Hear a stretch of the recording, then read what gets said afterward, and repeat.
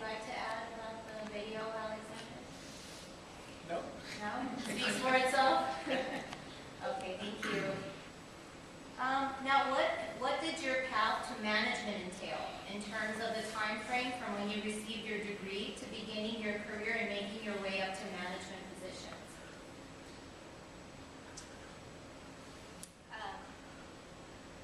When I graduated, I first graduated and I went to Itochu right after college, after I received my undergraduate degree.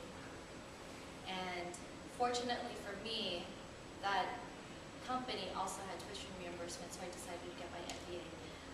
But it was within 2 years that I got promoted to assistant controller, and I ended up opening our export division, which we didn't have before, so it was a brand new division that I headed out. By the time I had left as a controller. Couldn't go any higher in the company because it was Japanese rotational staff. So we parted ways on very good terms. But in my case, my very first job, within 2 years, I was into management position. Thank you. In working at BP, coming out of University of La Verne back in 2003, the job market wasn't the greatest. It was one where you really had to get your resume out. I know the faculty here were helping me find opportunities.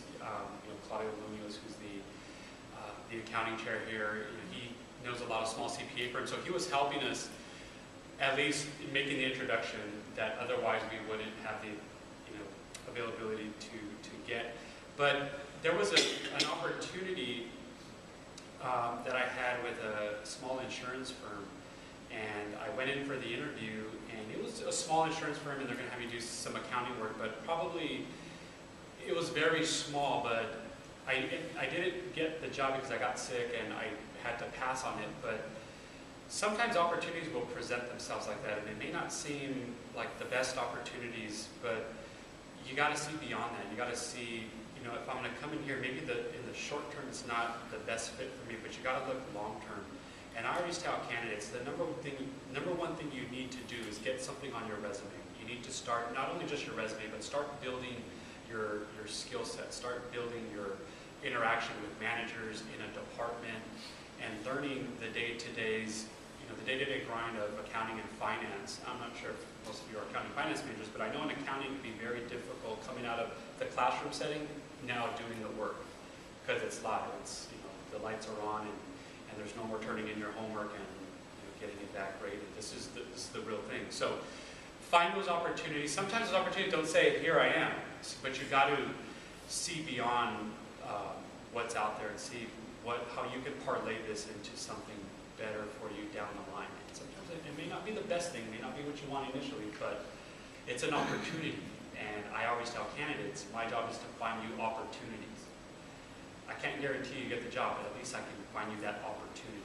I think that's, for me, going into BP, that was the biggest opportunity, and I made the best of it, at least that I heard. To add to Chris's point too, for me I was working in the company that I was in, and I didn't think there was any potential. And then all of a sudden I was able to take on additional duties here and there. I had opportunity to take on more projects, help out my new people that were coming in. So all of a sudden you start putting yourself in this leadership type roles.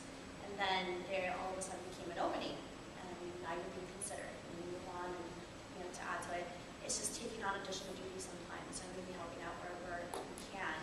And then at that point you start presenting yourself in a different light.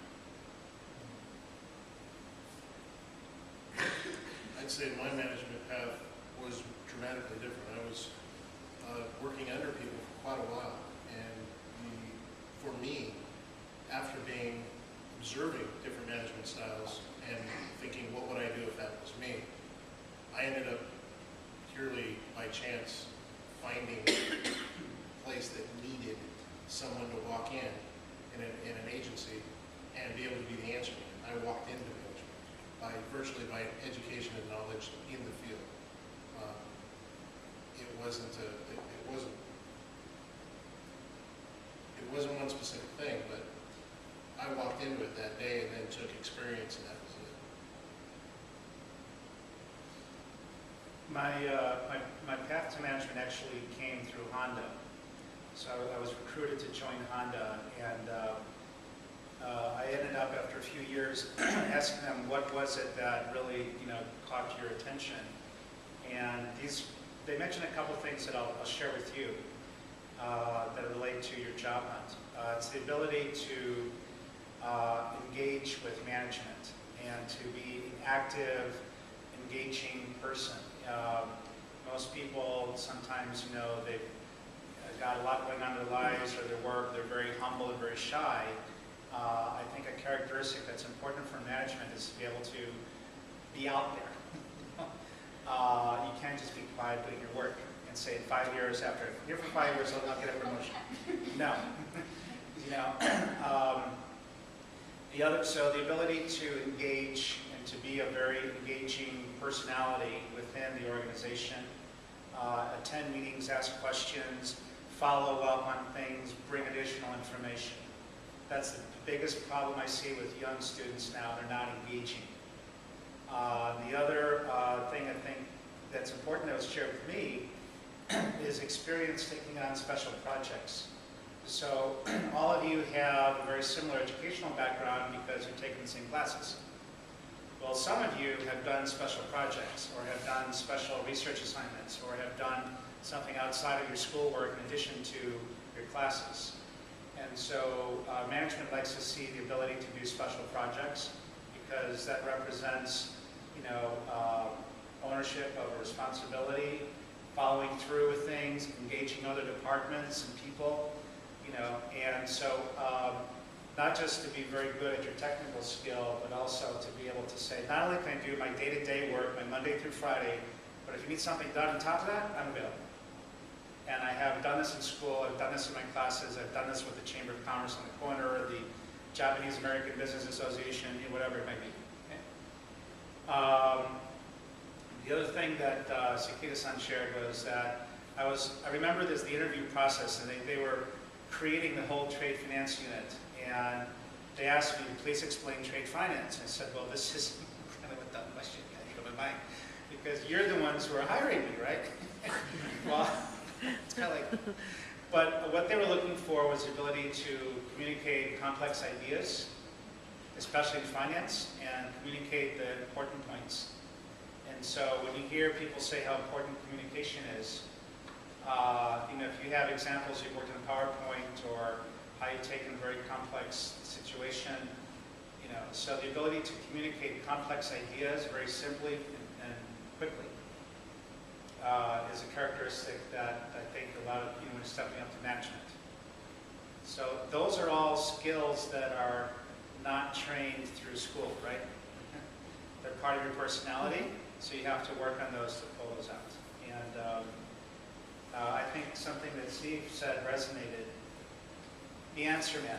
So I have a situation that there's one person who, this person always has the answer. If I ask a question, they know it. They have the information. So whenever they come see me with something, they know the information. That gives me a lot of trust in this person. And this person now is on his first international trip, and he went to Ghana and London. And he's 24, 25. So answer man, I think, is being prepared with the information. So when your manager asks you questions, you don't go, oh, I don't know, I'll find out. You know it there. That gives trust, and then the trust means we're going to put you in management. Some of you already touched a little bit upon this, but what are some things students can do to make themselves stand out and grab the attention of an employer? And what does your company look for in their employees?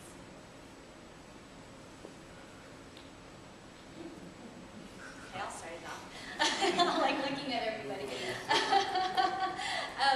Well, one of the first things, why I was able to move up so quickly, is within 2 years. But one of my professors when I was in school told me one thing that just resonated with me, and it stays with me to today, is you create your own opportunities. If that opportunity isn't there, then create it for yourself. If you think it is so, it is so. So if I act like a leader, then I'm going to be perceived as a leader, and other people will also see me as a leader. So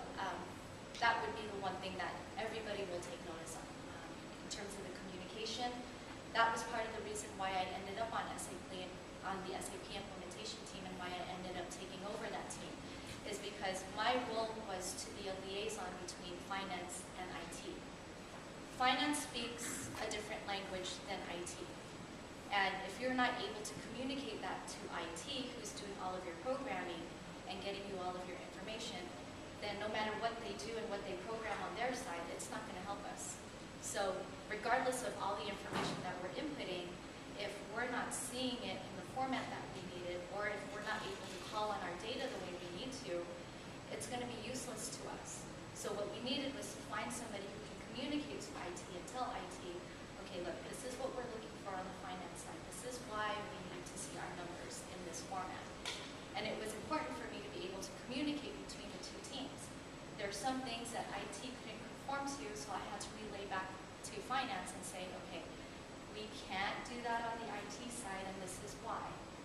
But if the two teams were going to communicate with each other, it would just be a battle every single day. They needed that go-to person. So communication is always, always, always very important.